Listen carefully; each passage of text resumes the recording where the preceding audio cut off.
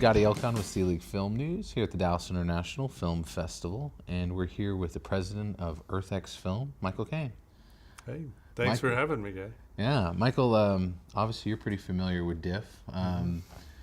Before we kind of jump into the greatness of EarthX Film and all that you guys are going to be able to do this year, do you mind if we jump back all the way before even AFI, but Deep Ellum days and what it was like back in the very gritty beginning of this whole idea? Because I mean, you came kind of with the concept I know when you were out at AFI, when you came home, there was the thought process of wanting to keep something film related alive.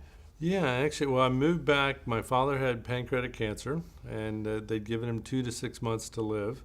And so I literally had packed up my life in LA, and then 2 weeks later, I was living back in my childhood home. And my father, as he was a great coot, decided he was going to be around for a lot longer than 2 to 6 months. So after 6 months, was like, okay, I'm going to stay. I can't move back to LA. And what am I going to do? And I was working with people like King Hollis and Nori Niven and James Faust and all this crowd. And I saw that there was this filmmaking community. And at the time, there was the USA Film Festival and the Dallas Video Fest. And those were the two festivals. But I thought there was a lot more needed. And not just at a local basis, but all these filmmakers I met in LA who I thought would be great to bring to Dallas. And so we started the Deep Ellum Film Festival with a mission of showcasing these great films and giving Dallas a voice, and at the same time raising money for cancer relief. And so we pulled the first one off with a budget of $5,000, which I borrowed from Rich Goldberg, a friend of mine, and Dave Andrell, and literally people like David Dobkin came in, just did Clay Pigeons, and Adam, I forgot Adam's name now, who directed The Dark Backwards, and it was Adam Rifkin, and all these people who came in just to support because they didn't know what Deep Ellum was, and the film festival raised money for cancer, and it really kind of got people excited about the fact that a festival could do two things, and that community grew, and people. I think James Faust was our first paid employee, and that was like the 4th year. Maybe even the 5th year, and Sarah Harris, who came on, who had just come out of school. And we ended up working with Lee Peppert, who was down at the Arts District at that time for the very last screening, and Annette Strauss with Robert Duvall coming in before they shut it down and then built the new thing. Wow. So, it was a scrappy festival that really kind of fit the neighborhood really well. So when did the whole concept of bringing AFI, and I know that was a big project with big hopes of, hopefully making Dallas a hub even for AFI. We honored Todd Wagner, I think, going into the 5th year. And the 4th year, by the way, was Bill Paxton when he came in with Frailty. And the 5th year, after meeting Todd Wagner and sort of developing that relationship, we then brought in Jeff West, and we just said, we're this cool little festival, but the neighborhood actually had fallen on hard times after the .com crash, and it became what do we do to make this, we're embraced by Dallas, and we're embraced by the corporations and by the city, and being Deep Ellum, unfortunately at that point, and I love the neighborhood, still love it, but it wasn't one where corporations were like, I got to sponsor that. And so going into the 7th year, we went and brought in Jeff West, and Jeff West sort of got us all organized, and we went back to Todd and said, Todd, we want to be the Dallas International Film Festival, but we'd like to affiliate with the American Film Institute, where I got my master's. And he said, you need to meet Lanier Timmerland. And so that meeting with Lanier Timmerland, who I would consider a father and a mentor and a close friend, was really the beginning of a bigger idea. And that involved not only a film festival, but a film school. And the film school idea sort of got shot down in the short term, didn't feel it was the right timing. But the film festival idea, AFI embraced that with us, and that began a 3-year journey with them as the AFI Dallas International Film Festival, 2007 to 2009, before we became the Dallas International Film Festival. Yeah, that's where we started, was that first AFI Dallas. talking about Lanier, I had a wonderful moment with James where he brought up the one thing he loved about Lanier was Lanier wanted to do everything beyond and bigger and better. And there was a great conversation he had with Lanier where Lanier was asking him, how many films come to Sundance in these big festivals? And he goes, because I want to do 300 at a festival. Yeah. What was it like working with Lanier in those AFI days where he was wanting to, make this something huge and special? Well, world class was always the term that he would use. And, his motto was nobody's small by choice. And so that was a great philosophy to go in. We came from it's about community partners, and it's about bringing in, like 100 groups, which is what Deep Ellum was already doing. But it's about bringing those people in and making them feel that it's their festival also. It's embracing all the other organizations, which is not a standard nonprofit philosophy, because everyone's generally scrapping for their own money and they want to protect their own crowd and their own list and their own sponsors. And we sort of came in and said, well, we're well funded. That's a great thing. We want to reach out to you and embrace that. So Lanier got that. And, and Lanier would do things like call up Marvin Hamlish, and Marvin Hamlish was coming, and then Veronica Peck, Gregory Peck's wife, and then she's inviting David Lynch. And, we had Bob Ghazali and the whole group from AFI. They were reaching out to people. And suddenly, if you think about the first year, 160 movies, I think, could be 180. The second one was 280. There was a giant jump. And we ended up turning away. We had 40,000 people arrive. We ended up turning 5,000 people away. And we had Robert Duvall and Charlize Theron and Josh Brolin. And, we'd already had David Lynch. And, it was just an incredible group of people who suddenly saw Dallas in a different way. And it was nice because I remember like when Wally Pfister came out. I know that was nice for you because you guys knew each other back in the day. Yeah, he came out for Deep Ellum also. Yeah. That big 7th year, the one where we just went for broke on the 7th year of Deep Ellum, and we opened up at the Inwood Theater, and then we had a big concert at the Airline Museum, and Victory Park had come on.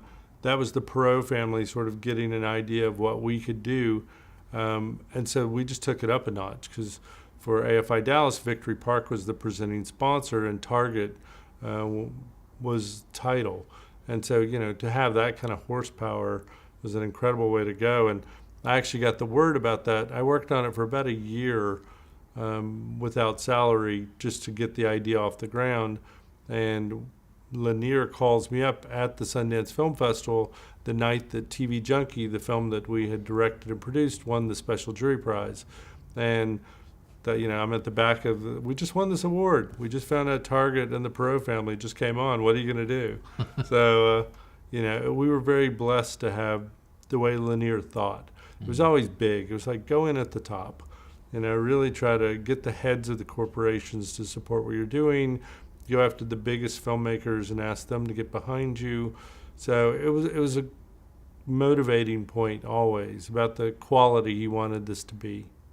It's kind of crazy when you think about the 7 of Deep Ellum. We're at 11 now here at Diff. I mean, we're almost at 20 years of this whole creation which that's a big deal. I mean, video fests in USA have survived forever, but there hasn't been that longevity of anyone else really, and it's kind of wild. Yeah, I feel very blessed that people like James and Sarah and Lee Pappert, and I've been in Lee's position in particular. It's a really hard spot to be in, to continuously make sure that corporations and the government and everybody sees you as an exciting place to be and to support you. And I know there's giant things they have coming up, but you can start to have that conversation, particularly if you link Deep Ellum and the Santa Monica Film Festival, which we took over for a while, and the Santa Monica Drive-In at the Pier with AFI Dallas or the Dallas Film Society, because that's the group that we started to put on everything. 20 years, it says something, like we're not going away. And it's important, if you think of all the filmmakers that have come out of our festival, and not just ours, but all of the ones, I always feel like we're this group of people that are supporting each other. And if a filmmaker gets in that loop, and we have a responsibility to them to provide them with a great packed theater of people to watch their films and, feedback. And, there's some great people that have come out of Dallas because of all the festivals that exist now. Is it crazy to think? I mean, the Arts District has almost completely changed from when you guys started the theaters. Now there's more theaters. I mean, the whole landscape of Dallas arts and theater is. I mean, we still have places like the Majestic, which was a part of the festival, but it seems like we're continuously adding. Like when Love opened, and that was a part of the festival. It seems like as Dallas continues to grow bigger with the arts, so does the festival. Like they're growing together in that sense. Well, you know, it is a Lanier who always said that a great film festival is just a magnification of a great city. And so that the best festivals are there because there's a great city and a great community. And I mean, we're in the midst right now of what they call Dallas Art Month. You know, and so everything from the Dallas Art Fair to the Deep Ellum Art Festival, to Dallas International Film Festival, and even ending up with Earth Day Texas and EarthX Film. I mean, the April is just jam-packed of things to do if you're interested in all kinds of art. And you know, film is the gateway art. It's the one that can get you into the Meyerson or the Symphony Hall or the Wiley and go, I'd watch a movie here. Oh, and they have opera. Okay, so I'm not intimidated by this $300 million buildings that exist. So I think we really are the way that the public goes to art. You know, it's a great segue into what you guys are doing at EarthX. Can you talk a little bit about where this came from? Because I think people like, I mean, we have a connection to Trammell Crow, and the Crow family has always been very adamant about Earth Day being very big here in Dallas. But how this all started, where did this kind of gem come from? Well, in 2011, Trammell founded Earth Day Dallas at the time. And to fill a need, because really Dallas had a set of sort of small sort of celebrations of Earth Day. But what I think the visionary part of what he did was he saw the fact that corporations and nonprofits and educational institutions and government entities really need a place to get together. And they need to make this bigger than just a celebration, although there's nothing wrong with the celebration. It needs to be about this connective tissue where people will see the new technology and understand how to make money off of a cleaner future, to understand how it can be sustainable. And so when he launched that in 2011 with Earth Day Dallas, very similar to what happened to, you know, Dallas International Film Festival, that they thought they had 10,000 people and 30,000 people showed up. You know, it showed that there was this pent-up need that was going on. And so that grew and continued to grow. And they brought film in, and they partnered a little bit with the Dallas International Film Festival. But it wasn't a full-fledged effort because usually they fell on the same weekend. So there was sort of almost a conflict going on with that. But as it grew and moved to Fair Park, and you know, if you track it all the way through this last year, their attendance was 130,000 people this last year under the new name Earth Day Texas. And so 264 speakers, 790 organizations involved, almost 1,600 exhibit spaces, and something for everyone, something for kids, something for adults, something for serious environmentalists, outdoor sportsmen, business people.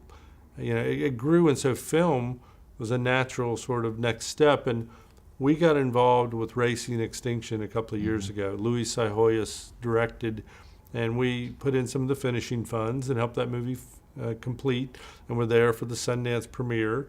And I think Trammell being at that event and us saying, this is a crowd that gets what we do.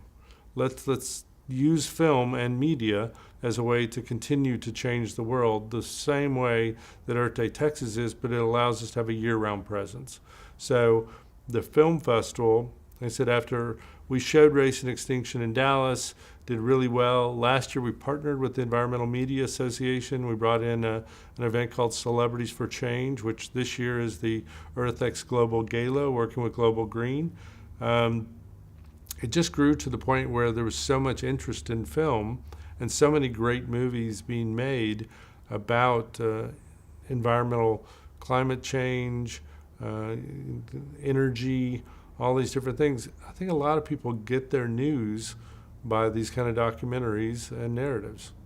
Speaking of documentaries, I think What Lies Upstream is one that is gonna straddle both festivals, which has been wonderful because Colin's come in and I mean his film alone is an amazing work in showcasing the impact of water. But can you talk about water and the ocean impact on not only the festival but just Earth Day this year?